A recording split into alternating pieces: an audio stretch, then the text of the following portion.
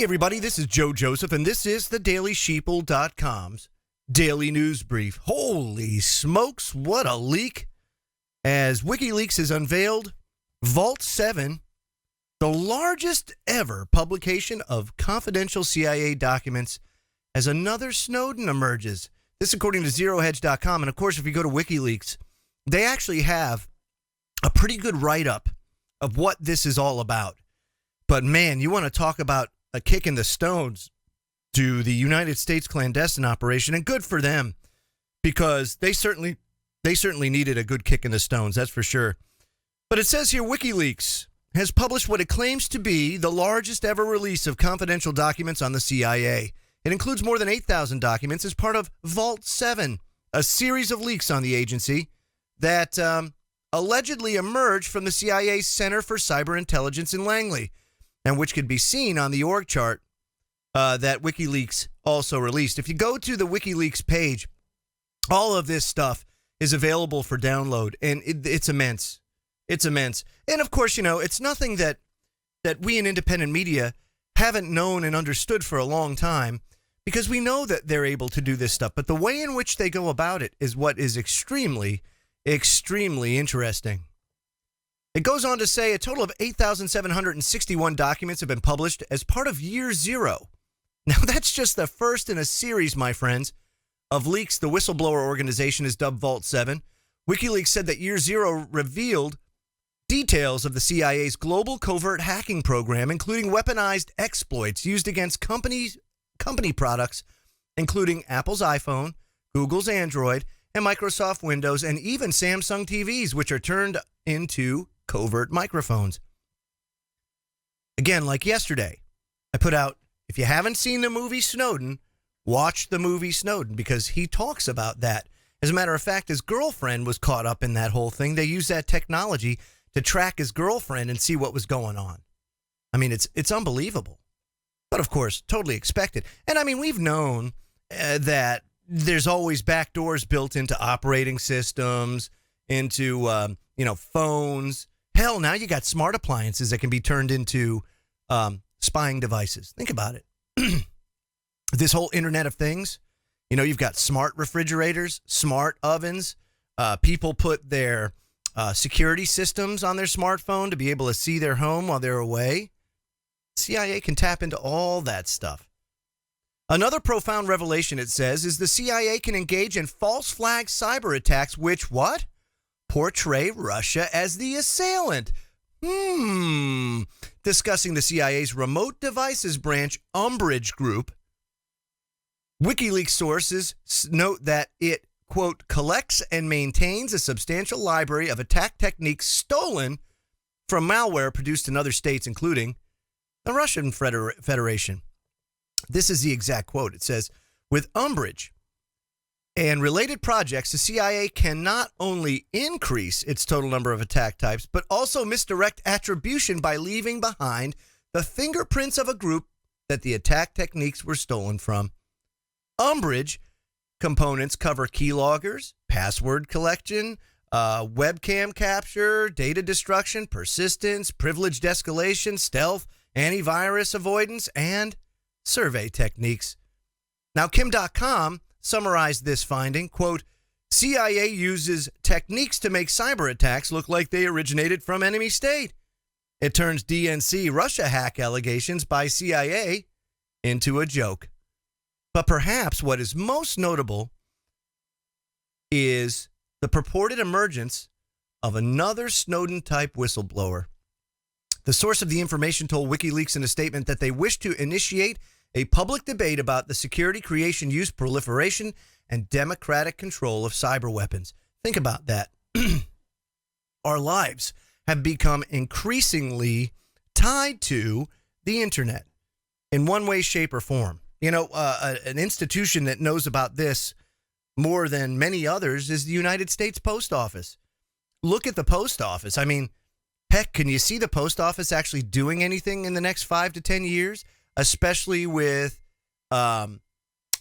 organizations like Amazon that will be flying drones for the delivery of products.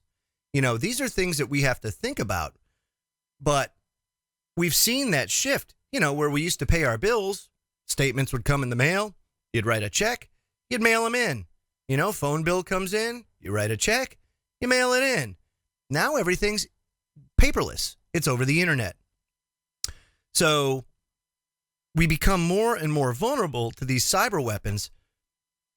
But what's even more interesting is the fact that our government is paying these companies to leave vulnerabilities in place in order for them to be able to exploit them.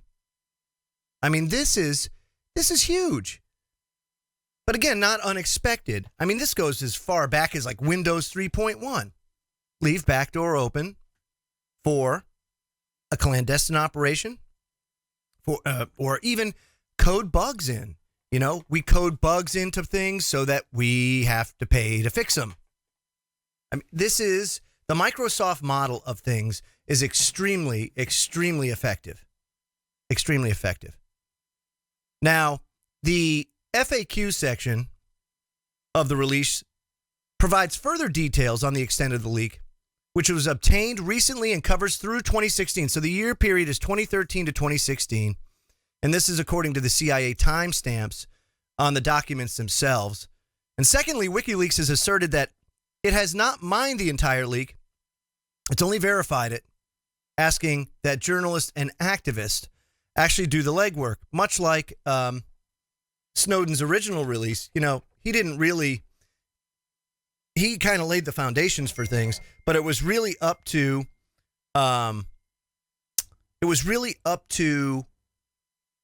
the press to go ahead and do the digging, the independent media, these personalities, So this, again, is something that we really need to dig into, certainly not take it lightly, but understand that this is going to expose a lot of power to people who are naive to this thing. And also, there's going to be a lot of people out there that just kind of blow this off. This is not something to be blown off because it affects everybody. It's like I said yesterday, the deep state has declared a war on the people. They can say that all these tools are to catch terrorists or fight terrorists. That's just not the case. These tools have been put in place to control you. That's what they're really here for. That's what they're really here for. And Kim.com even tweeted that Obama accused Russia of cyber attacks while the CIA turned all internet-enabled consumer electronics into Russia into listening devices. So the pot that calls the kettle black, Even Julian Assange, WikiLeaks editor, stated that, quote, "There's an extreme proliferation risk in the development of cyber weapons. Comparisons can be drawn between the uncontrolled proliferation of such weapons, which results from the inability to contain them, combined with their high market value, and the global arms trade. But the significance of year zero goes well beyond the choice between cyber war and cyber peace. This disclosure is also exceptional from a political, legal, and forensics perspective." So we have a Snowden 2.0. We know that the CIA is targeting iPhones, Androids, and smart TVs. At a minimum, we also know that they can turn cable boxes into microphones, even cameras. This leak also suggested that the CIA may have a role in the death of Michael Hastings. You remember how his car just went out of control and crashed into like an overpass stanchion and like totally disintegrated his car? In 2014, when that happened, the CIA had the technology to hack into these cars, leaving virtually no trace of any sort of hack. I mean, you wouldn't know. As far as you know, the guy just lost control of his car. These documents say that the CIA had the capability to do this. And why we blindly trust the government to be honorable is beyond me, because they're not. It's just not. Why do we blindly trust an organization that does not have your best will at heart, your best interest at heart? What they do is they serve their own self-serving interests, those that are in power, or the interest of the special interests. But that's certainly not your interest. We also see that computers, very, very susceptible with Microsoft Windows. Also, hoarding of zero-day exploits. Listen to this. In the wake of Edward Snowden's leak about the NSA, the U.S. technology industry secured a commitment from the Obama administration that the executive would disclose on an ongoing basis rather than hoard serious vulnerabilities, exploits, bugs, or zero days to Apple, Google, Microsoft, and other U.S.-based manufacturers. Serious vulnerabilities not disclosed to the manufacturers place huge swaths of the population and critical infrastructure at risk to foreign intelligence or cyber criminals who independently discover or hear rumors of the vulnerability. If the CIA can discover such vulnerabilities, so can others. Absolutely right. And here's the thing. Shame on them, and how derelict are they, and how many people had to suffer identity theft or other problems as a result of this because they left doors open when the manufacturers knew well how to shut them, but were paid not to. I mean, this is crazy. Unbelievable. Edward Snowden weighed in on this, by the way, folks. Washington Examiner says Edward Snowden says the WikiLeaks document dump on CIA hacking capability looks authentic. Of course it's authentic. You know? It's a big deal. WikiLeaks announced that its Vault 7 publication shined a light on CIA's secret hacking programs, which target around the world using malware. But think about this. Now, Ed Snowden, again, brilliant man, said this. He tweeted, PSA, public service announcement. This incorrectly implies CIA hacked these apps and encryption, but the docs show the iOS and Android are what got hacked. A much bigger problem. And in a separate tweet, Snowden said he's still parsing through documents, many of which include long strings of code. But from what he's seen so far, Snowden said that what WikiLeaks has is genuinely a big deal. Genuinely a big deal and looks authentic. Snowden explained the program and office names in the documents are real and could only be known by a cleared insider. Think about that. But what's even, like I said, the worst thing about this is the first public evidence that the U.S. government secretly paid to keep software unsafe. Now, here is an organization, an institution whose sole purpose, according to the founding fathers, is to protect your rights. Okay? And here they are exploiting them. So my question to everybody out there is, what are you going to do about it? Okay? What are you going to do about this? Because this is egregious. And you can't expect the mainstream media to make a big deal out of it. They're not going to do it. We have to make a big deal out of it. And this, my friends, is a very, very, very big deal. Because it's not like we didn't know that this was going on, but now you have documented proof that it has been going on. And now we have to hold our non-representing representatives accountable for this. In all honesty, what I would do is I would have a flushing of the toilet of the CIA. I would. It's too corrupt. It's too corrupt. You can restart a new clandestine agency from scratch if you have to. I don't care.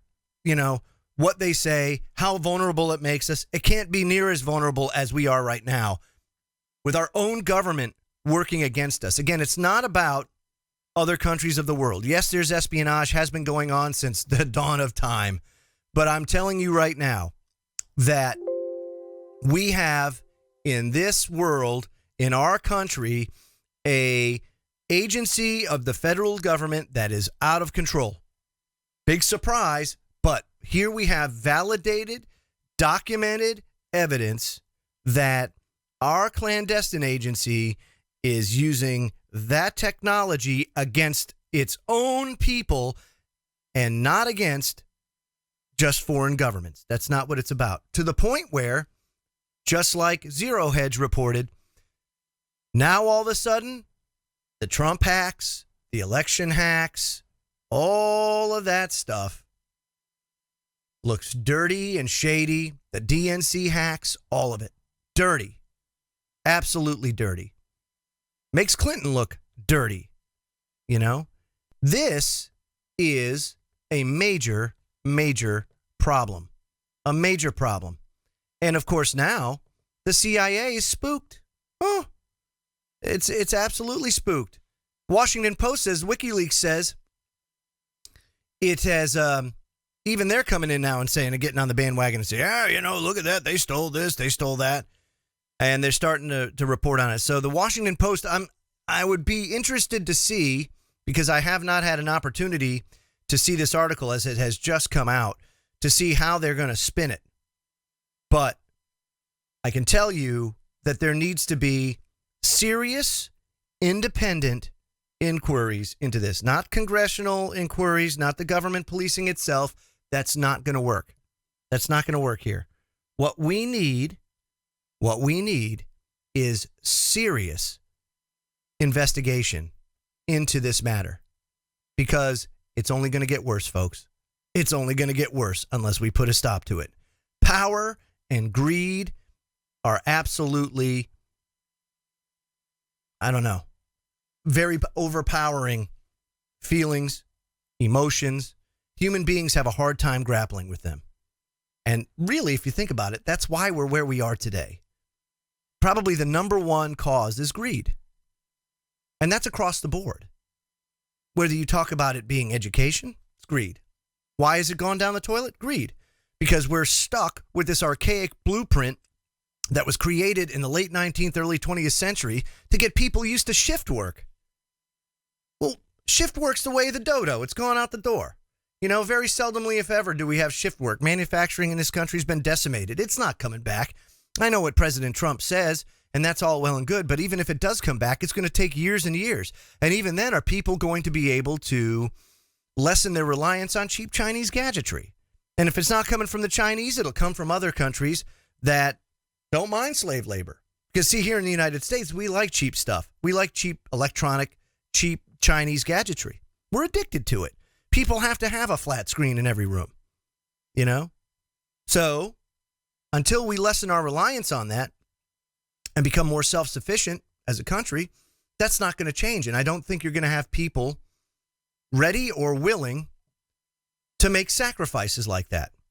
And so these globalists who use these clandestine operations and vice versa, they're going to maintain control. And unless we hold our non-representing representatives accountable, nothing's going to happen, because they're not going to police themselves. It's up to the people to police them. I'm Joe Joseph. This was the DailySheeple.com's Daily News Brief, and I'll have one again for you tomorrow, my friends. Have a great day.